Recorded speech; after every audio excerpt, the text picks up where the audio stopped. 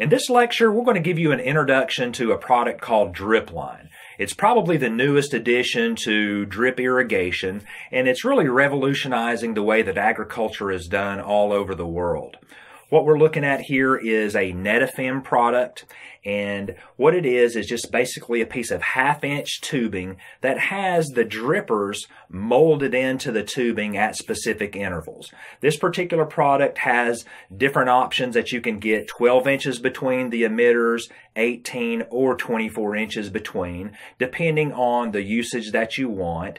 And we'll go over some of the specifics in the next lesson about flow rates, the maximum amount that you can use on a lateral line, etc. But I just want to introduce you to this.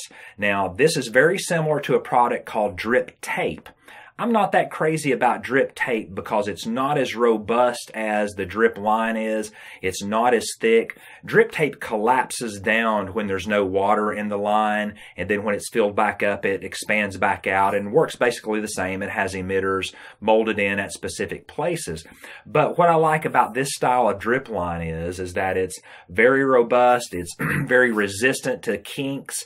So when you're laying it out, it don't automatically go into a kink. It basically has the ability, if you treat it right, to stay in nice curves and not kink up. But that's one of the things that you're going to have to watch out for as you're installing these, is not put it into a situation to where it could be kinked. Now, with the drip tape, the way it works, it collapses down and then expands back. It kind of lends itself to a little bit of kinking if it's not done in absolutely straight lines, or if you're trying to do some curves and stuff in it, you may have to watch out for that. But you have different ways to apply this. This can be above ground or it can be below ground. And there's some options that you can get on this, especially for below ground applications. And now they're using this to go underground to do vast, turf fields, sports fields, and so forth, so that, it eliminates the heads and the things that come up, and it does a very good job. But if you're going to be doing this subsurface, I would recommend that you get a couple of options for it.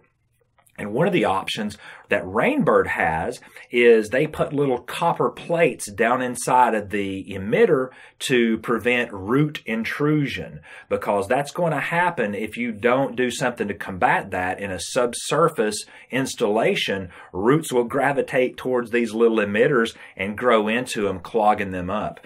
Netafim has a drip filter that has a little ring that has some chemicals in that also will prevent root intrusion. So that type of product, you need to make your own choice about what to use. If you're using agriculture, you may or may not want to choose, that product that has additional chemicals or whatever in it. I'm sure they're probably safe, but I'm going to leave that up to you. I just want to point out that those options are out there. And you can also get this drip line that has check valves in between each dripper. And that saves water, that when the system shuts off, the valve shuts down, it traps the water that's in here. Otherwise, if you didn't have the check valves and there was any kind of tilt to the ground or whatever, the water may accumulate in the end of the leg and also push itself out. So what we're trying to do here, usually in agricultural situations and even in landscape situations, is that we're trying to get a very even watering, a very high level of uniformity. With this, if it's done right, you can get a uniformity rate of 100%, because basically these are molded in at precise intervals. And if your plants that are at these same precise intervals, you can put the water exactly where you want it. And that's one of the things that this was developed for, was precise agriculture. And this is being used all over the world where water isn't as available as it is to us here in the U.S., and especially in the Southeast. We really don't have a whole lot of problems with the availability of clean water, but that's not true in other places in the world, and especially in the American Southwest, where they're having a lot of droughts and so forth. This type of drip really goes a long way. So let's talk about a couple of other things here, and that is some of the different options. I mentioned before that you can get options in the way that the emitters are spaced, and what we're looking at here is actually a 12-inch spacing. But you can also get variation in the flow rate from each of these emitters. For the NetFM product, I think you can get a 0.4 gallon per hour, 0.6, or a 0.9 gallon per hour dripper. So in the next lesson, we're going to go through and show how to calculate all of this out, because it might get a little confusing to you if you're sitting down trying to think about each individual dripper at, this one's actually a 0.6 gallon per hour dripper. So if you had to sit down and calculate everything up, per individual dripper, that can get really confusing. And when this product came out, we were all a little confused about how to use it, but you got to just sit down with the specifications that the manufacturer gives you, and then it all makes a whole lot of sense. So we'll do that in the next lesson.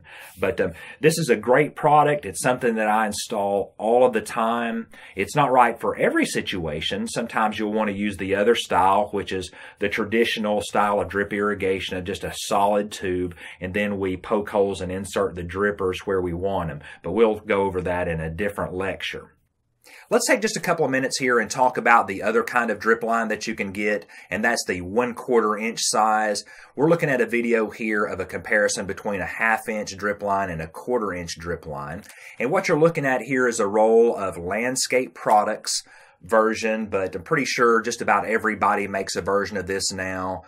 So you can get it from your favorite manufacturer. But what we're looking at here is a 12-inch spacing. It only comes in a 6 or a 12-inch spacing, and there's no options for the size of the drippers as far as the flow rate. And on this particular one, I just wanted to point out that this one has drippers on both sides of the pipe, 180 degrees apart, but you can also get 1/2 inch versions that has drippers on both sides versus a dripper just on one side. I'm not necessarily sure if the 2 drippers is superior to the one, but it probably is. Hard to tell out in the field. Just as long as the drippers are working, that's all you really need to watch out for. But we're going to go over the specifications of this in the next lecture, so you'll know exactly how to deal with it and how much that you can lay out and so forth.